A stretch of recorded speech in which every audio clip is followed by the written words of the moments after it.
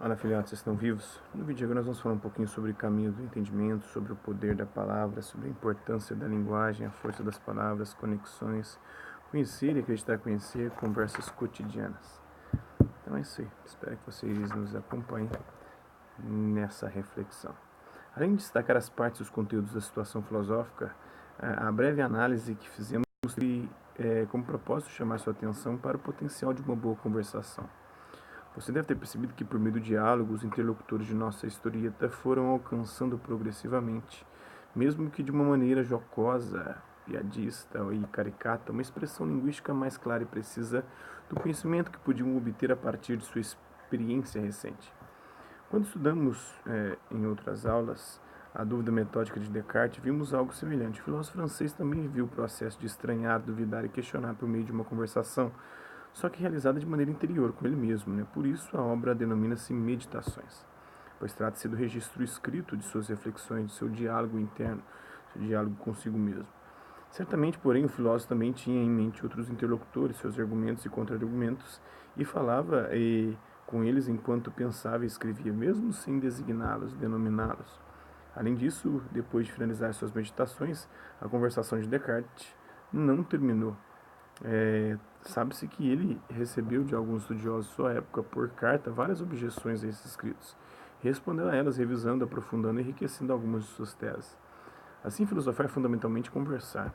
É seguir oscilando entre uma visão e outra, entre um pensamento e outro, escutando a si mesmo e o que o outro diz, duvidando novamente, voltando a questionar, procurando ver algo que talvez não esteja sendo observado, mas que tem importância para a compreensão das coisas, e depois expressá-la e comunicá-la ao outro.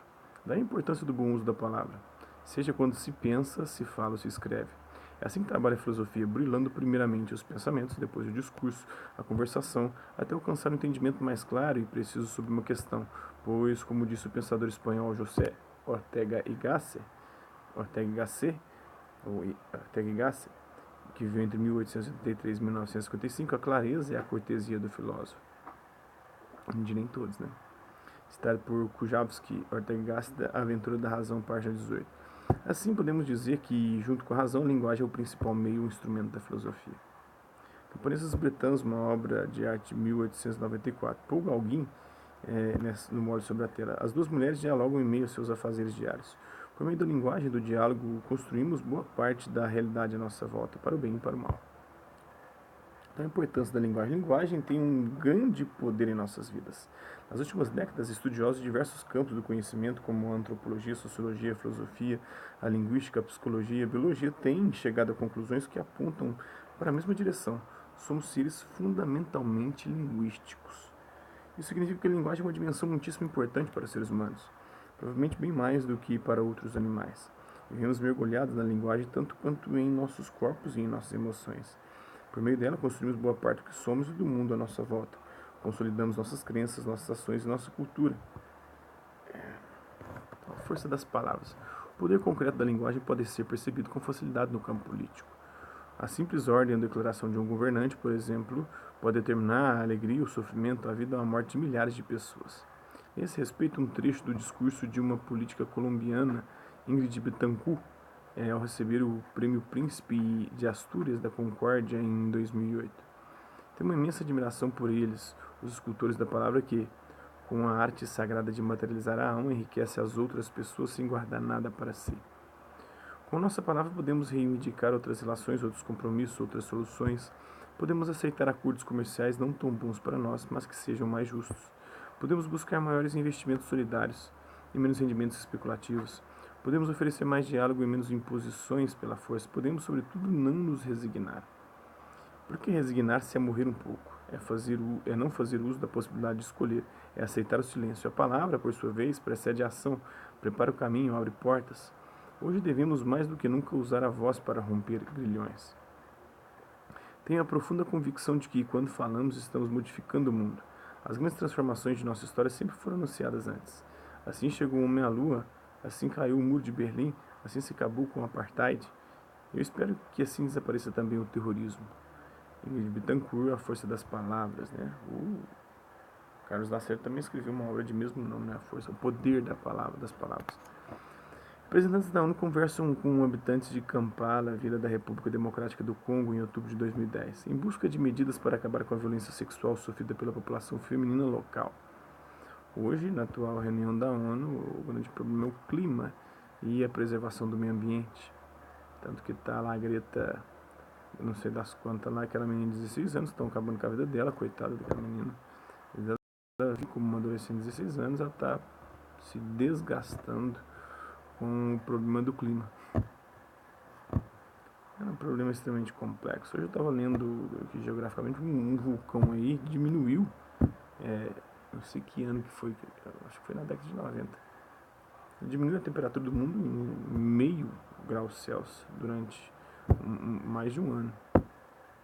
Então, se o vulcão tem esse poder, será que o ser humano também tem um poder de destruir o meio ambiente e comprometer sua própria existência? Mas, e o aquecimento global? Um simples vulcão consegue baixar a temperatura? Será que nós conseguimos aumentar ela de forma tão substancial assim? Com esses reveses da natureza que acabam, muitas vezes, desfazendo aquilo que a gente crê? As mudanças climáticas são altamente questionáveis, né? E é interessante que se haja questionamento, mas é interessante também que se estude e busque ver estudos cada vez mais complexos e mais completos sobre a natureza, né? Sobre o funcionamento do meio ambiente, da temperatura, do clima. Conexões. Analise o trecho do discurso citado para tanto observar os seguintes passos. Quem é a autora do discurso e que situação excepcional viveu? Ingrid Betancourt, né? Se eu não me engano, ela ficou sequestrada pelos terroristas os paramilitares da Colômbia, se o nome agora, as Farc, né? Qual é a sua tese principal nesse trecho? O que ela está dizendo aí do poder? Ela está falando sobre a questão do poder, a força das palavras, né? Uma autora fundamenta a sua tese e que fatos ilustram sua fundamentação? Eu cito vários exemplos aqui para reforçar isso, né? Qual é o principal alvo do seu discurso? O terrorismo. Você acha que o que a autora defende é possível? Eu creio que sim. É possível, através da força da palavra, a gente conseguir dialogar mais e recorrer menos ao terrorismo, à força, à violência. Conhecer, acreditar e acreditar conhecer. Tendo em vista a importância e o poder das palavras em nossas vidas, você já deve ter percebido que uma das preocupações mais constantes dos filósofos que devemos levar em conta sempre que filosofamos é identificar o lado problemático de nossas falas, de nosso discurso, e saber se realmente detemos o conhecimento que eles expressam e que acreditamos deter. Não é mesmo um fato admirável, algo sobre o qual pensar, meditar, filosofar, a quantidade de coisas que acreditamos conhecer sem nunca termos pensado seriamente sobre elas? Como a questão do clima, sobre a questão da Terra ser plana ou não? São questões que a gente deve, de fato, questionar e duvidar. Qual que é a certeza, ou o que nos dá a certeza que está acontecendo mudanças climáticas? A sua sensação individual e subjetiva de calor, que está parecendo um inferno recentemente, todo dia parece meu celular aqui falando, dizendo que amanhã será 2 graus mais quente, já é para a gente estar em 100 graus Celsius e já ter morrido, incinerado. Será que a gente deve confiar mesmo? É uma questão de desconfiança. Eu particularmente creio que há alterações climáticas antropogênicas, ou seja, promovidas pelo homem, em especial da Revolução Industrial para cá, quando a gente tem lançado cada vez mais poluentes, destruído a camada de ozônio e feito um bocado de coisa aí. Mas vejo que também a natureza ela reage diante da ação humana. E aí eu não sei se na reação da natureza ela está conseguindo desfazer, reverter ou acelerar um processo para ela voltar a ter o equilíbrio. Não sei. Se um vulcão, eu acabei de citar o exemplo do vulcão, o vulcão diminui em meio grau Celsius a temperatura durante mais de um ano. Será que o homem não pode também ter uma interferência através da sua ação sobre o meio ambiente, sobre a natureza? Outra coisa é a questão da Terra plana, né?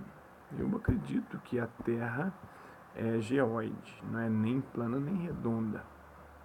Ela é uma bolinha de papel amassada. É uma crença. Eu tenho provas disso.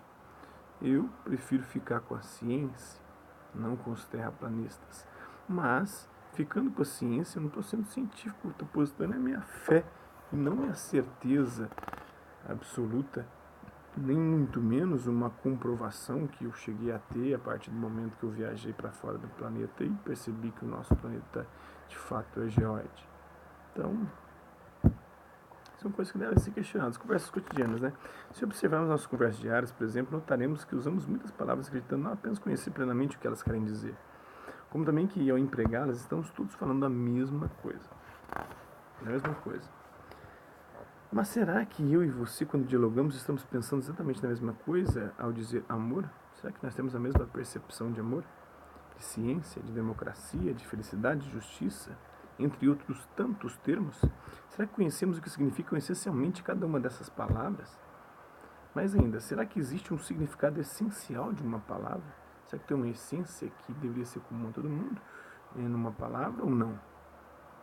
Ela pode ter significados e nuances diferentes para cada pessoa. Se analisarmos um pouco mais profundamente tais conversações, nos daremos conta também de que, na maioria das vezes, nos expressamos como se conhecêssemos o que é bom e o que é mal, o certo e errado, o belo e feio, o agradável e desagradável, o útil e inútil. Não é isso que ocorre quando avaliamos um prato, um alimento, um filme, uma música, uma lição, um professor, uma escola, um político, e tantos outros exemplos, mesmo não sendo especialistas nessas áreas. Em tais situações tão comuns, está implícito em nossa fala, nossa escrita, no nosso discurso, que acreditamos saber o que é bom ou melhor para nós, para os outros ou para a sociedade. Então, acho que a gente deveria questionar um pouco mais a nós mesmos e aos outros, duvidar um pouco mais, né? E não depositar a nossa confiança em outro ou na nossa própria percepção, na nossa própria concepção de realidade. A gente deve pensar melhor sempre e colocar em xeque todas as nossas certezas. Eu acho que isso é o melhor que a filosofia tem a nos oferecer. Espero que vocês tenham gostado do vídeo. Quem curtiu, dá um like. Quem não curtiu, dá um dislike. Quem se interessar pelo conteúdo do canal, se inscrever, ativar o sininho e aguardar os próximos vídeos e as próximas notificações. Deixe também seus comentários e o que você tem achado dos vídeos e sugestões de temas e assuntos para serem abordados em vídeos posteriores. É isso aí. Hasta la vista, babies, e até a próxima.